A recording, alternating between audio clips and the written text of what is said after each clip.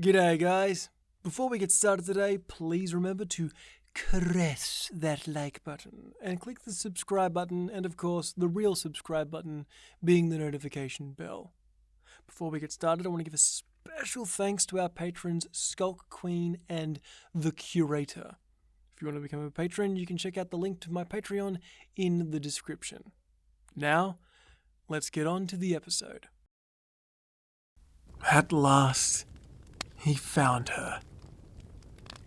Her naked form sat upon a stone in the clearing ahead of him. He licked his lips.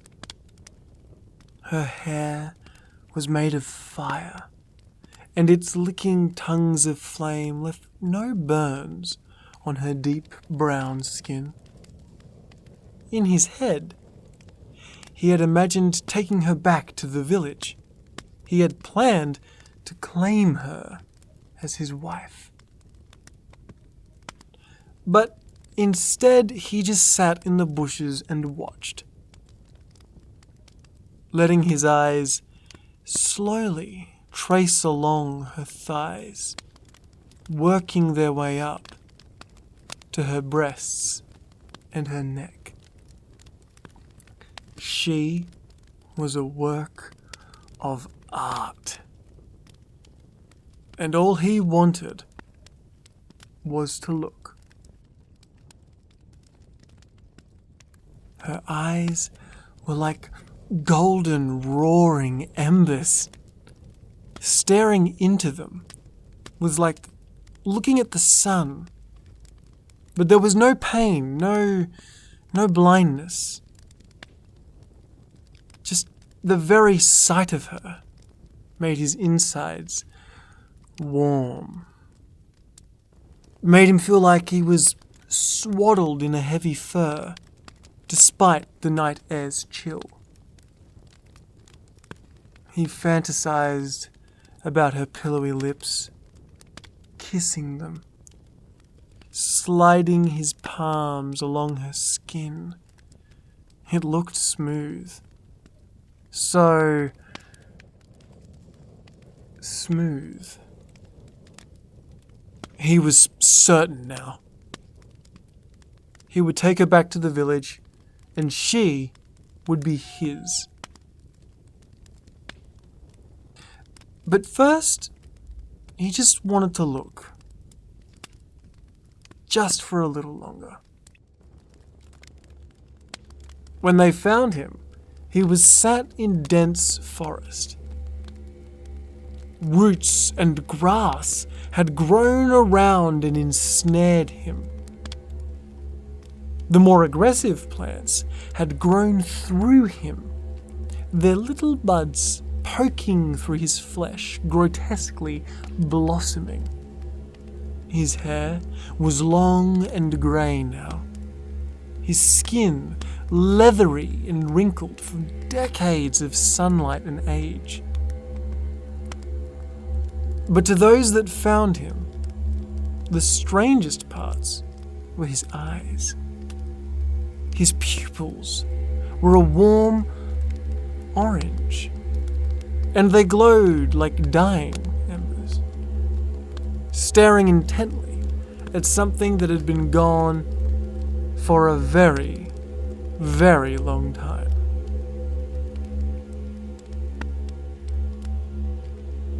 It is said that her name is Yeenapah, and whilst her origins are generally unknown, it is believed that she has some relation to the bunyip.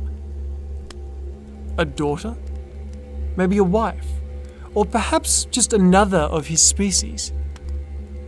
It is unknown, like so much to do with Yeenapah.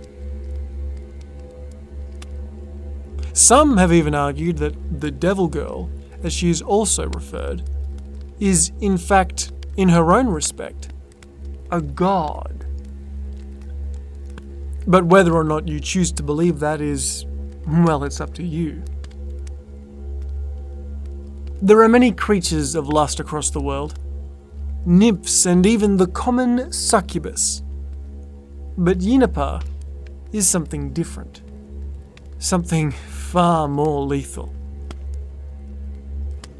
Yeenapah doesn't just sing you to your doom or steal your soul. No. Her methods, and thus her motives, are far more elaborate. Unlike a succubus, Yuniper doesn't change her form to fit in with what a man desires. Because, well, to put it bluntly, she is so beautiful in her natural state that no man can resist her. But regardless of her methods, the end result is the same.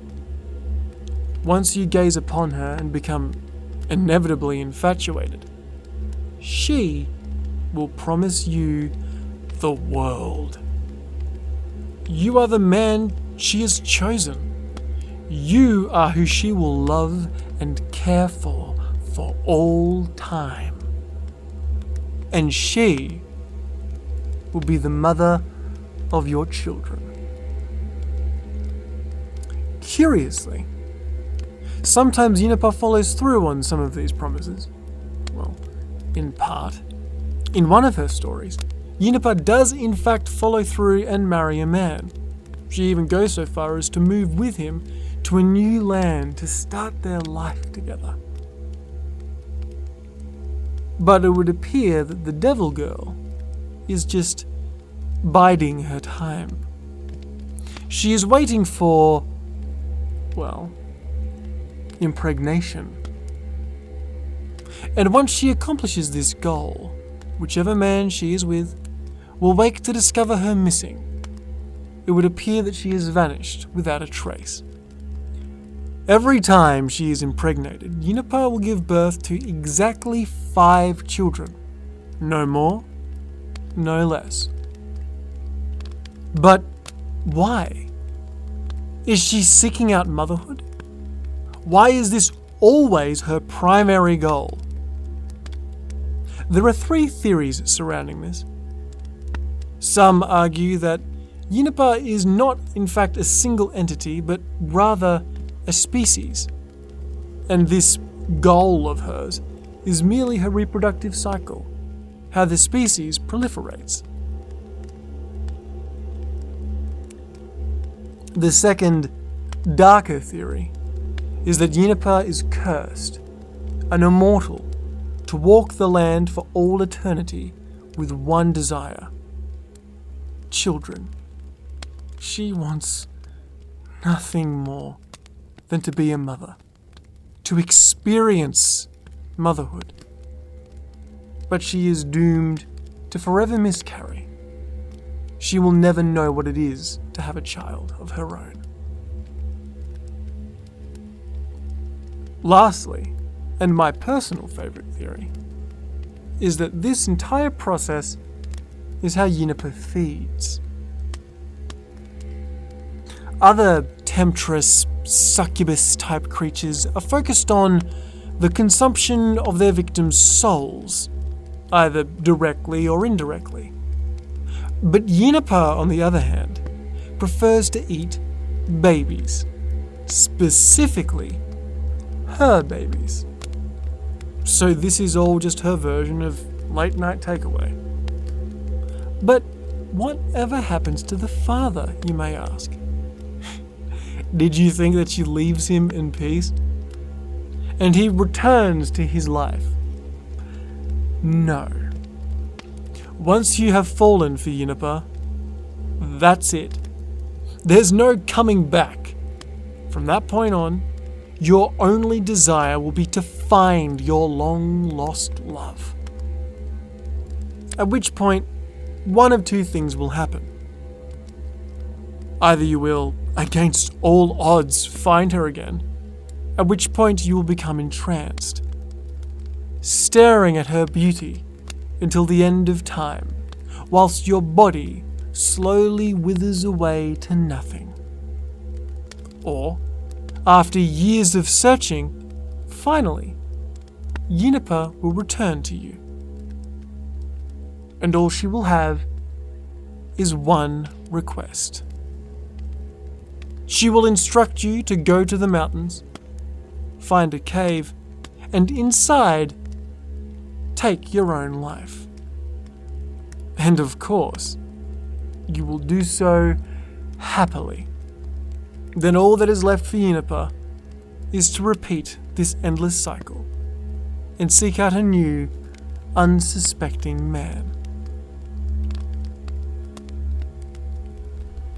And that is the Australian devil girl, Yeenapah. Deadlier than a succubus, and far more beautiful.